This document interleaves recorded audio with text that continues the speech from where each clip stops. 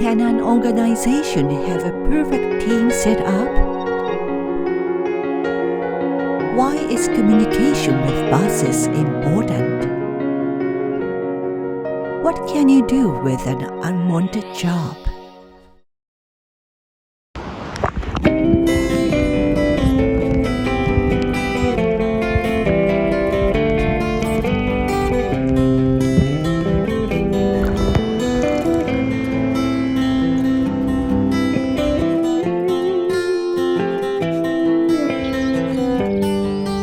Hi everyone, thank you for tuning in to Greenpool's channel.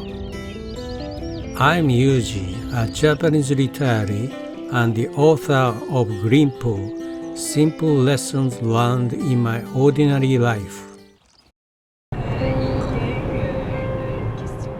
Today's theme is the importance of effective personnel allocation. Nobody's perfect, right? And the same goes for organizations. They are made up of people, so there is no such thing as a flawless personnel setup. Since there is no absolute solution,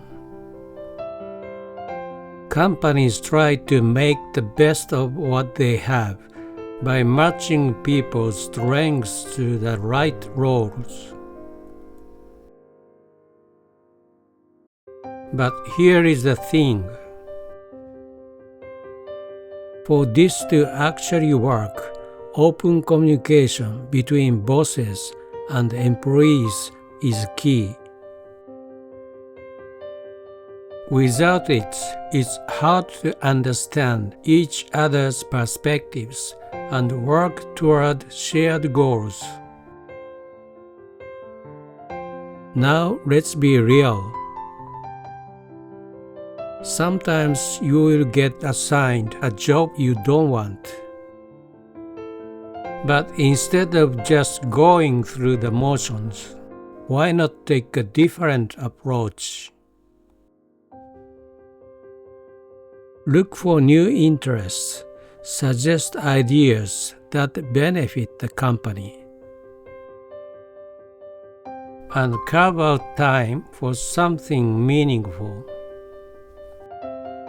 When you take control and work actively rather than passively, not only does the job become more effective, but you'll also feel more fulfilled. In line with today's theme, I'll share 3 short related essays from my book Greenpool.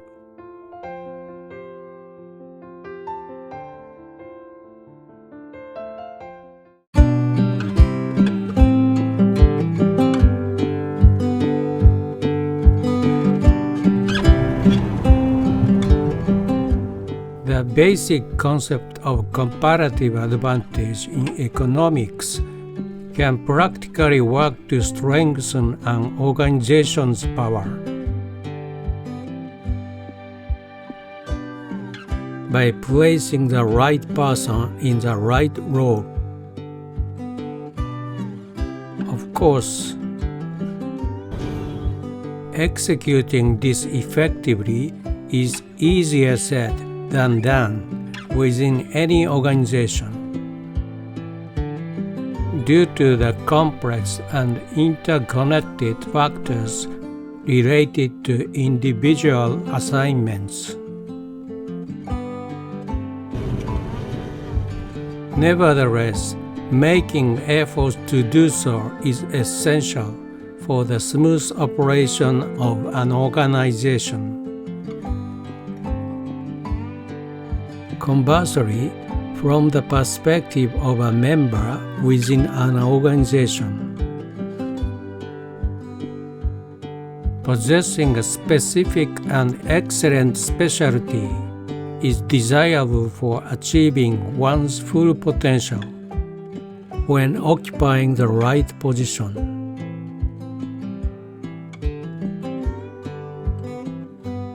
However,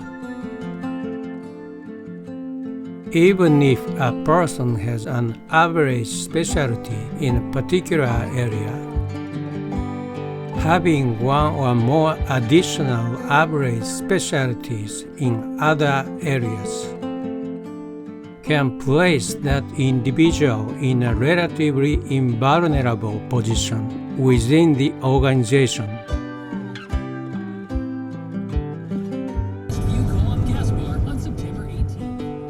This observation is based on my experience of over 38 years in the workplace,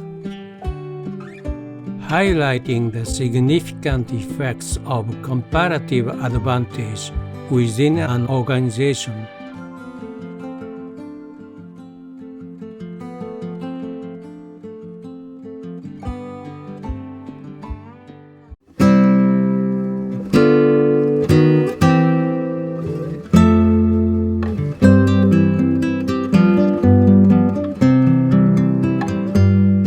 Individuals whose beloved hobbies evolved into their livelihoods and provide sufficient income are quite rare.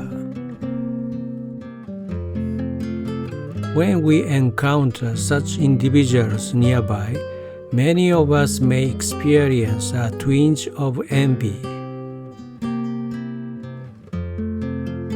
because they dare to pursue the seemingly impossible or high-risk path. However, let's pause for a moment and contemplate why this envy arises.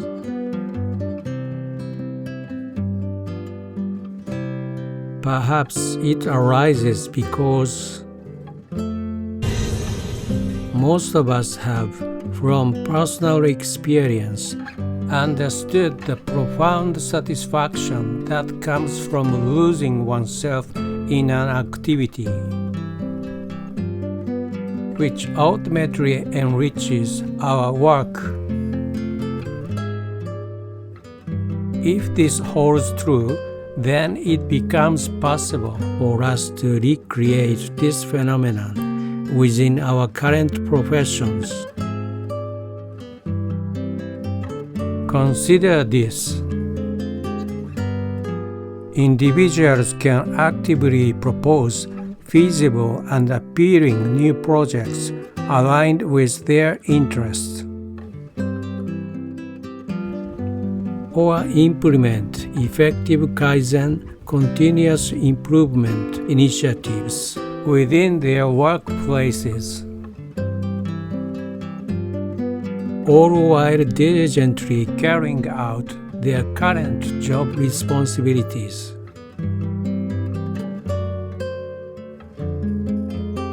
If these proposals are met with acceptance and authorization, they may find themselves with a similar opportunity to transform their passions into their profession, even within the confines of their existing employment.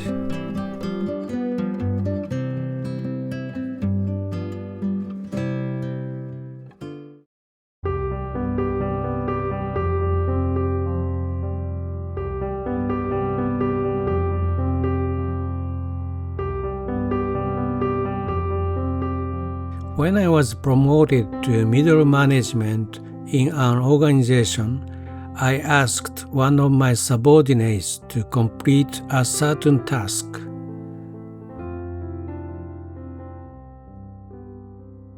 Normally, the work would take about a week, but despite repeated reminders, it remained unfinished even after 3 months.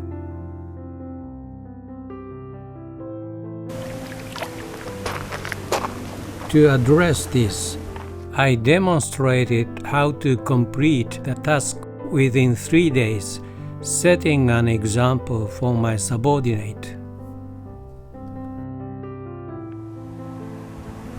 From this experience, I learned a valuable lesson.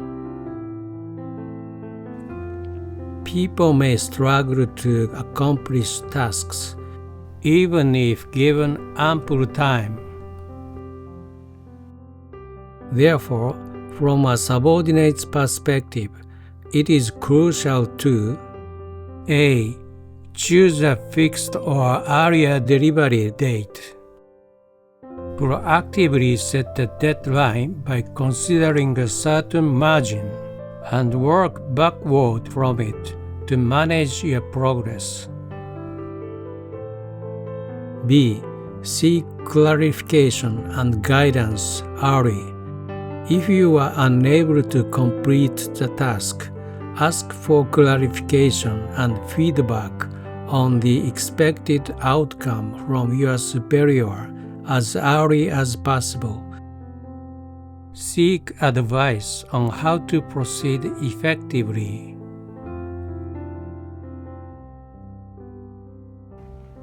From a superior's perspective, it is equally important to A. Monitor progress. Keep an eye on the progress of your subordinates' work.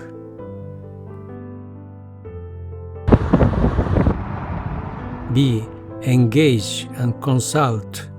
If progress is slow, consult with your subordinates promptly to understand the current situation and take necessary measures.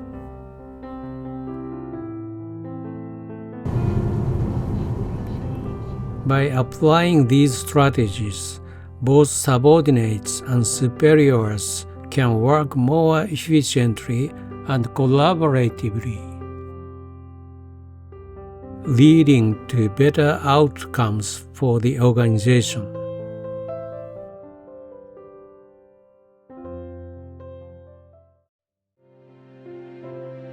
I hope today's essays resonated with you and offered new inspiration. That's all for now. Thank you for watching. If you enjoyed this content, please subscribe to the channel. I'll see you next time on the Green Pools channel. Until then, take care. また会いましょう。ありがとうございました。